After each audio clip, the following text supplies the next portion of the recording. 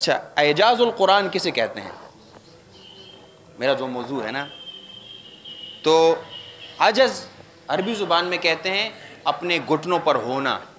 گھٹنوں پر اس طرح سے بچے کھیلتے ہیں نا، کسی گھٹنوں، یا جو بادشاہ کے سامنے لوگ اس طرح کھڑے ہوتے ہیں اور جھکے ہوتے ہیں نا، بینڈ ڈاؤن، اپنے گھٹنوں کے بل ایسے ہونا، اس کو عجز بولتے ہیں.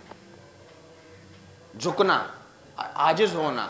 اور عربی زبان میں جب آپ کوئی کام نہیں کر سکتے آپ کہتے ہیں انا عاجز، میں اس قابل نہیں ہوں، میں اس کام کے قابل نہیں ہوں، یہ کام میں نہیں کر سکتا.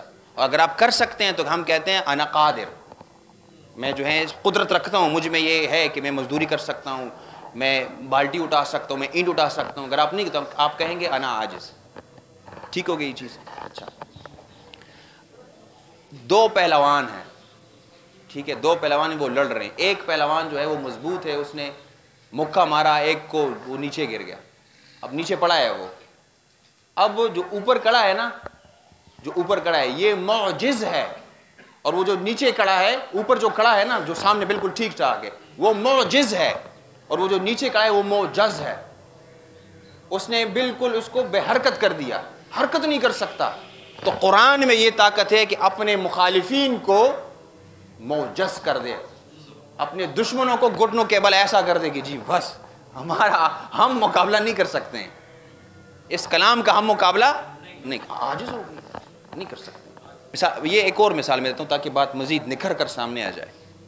اب یہ سڑک ہے، مثال کے طور پر کوئی ہائی وے ہے نا، اور آپ یہاں سے گزر رہے ہیں، اپنے گھر سے نکل گئے، اور ایک بہت بڑا ٹرک وہ بڑی سپیڈ کے ساتھ گزر گیا، آپ کے ساتھ ہی گزر گیا، اور آپ بال بچ گئے. اور آپ جب اسے دیکھتے آپ کہتے شکر ہے، 10 سیکنڈ میں، بس وہ 10 سیکنڈ کا جو وقفہ ہے نا، یہ اعجاز ہے. یہ اعجاز ہے کہ آپ بالکل معجز ہو گئے کہ یار بچ گیا، اور آپ حیران ہو جاتے ہیں یہ کیا ہو گیا. تو قرآن کریم بھی یہ وَكَلِمَةُ اللَّهِ هِيَ الْعُلْيَا، یہ بڑا اونچا کلمہ ہے، اور یہ اس نے یہی کیا، اور ہمارے ساتھ بھی یہ ہونا چاہیے. تو وہ ہوگا کس طرح؟ جب ہم اس کے معانی کو سمجھیں گے.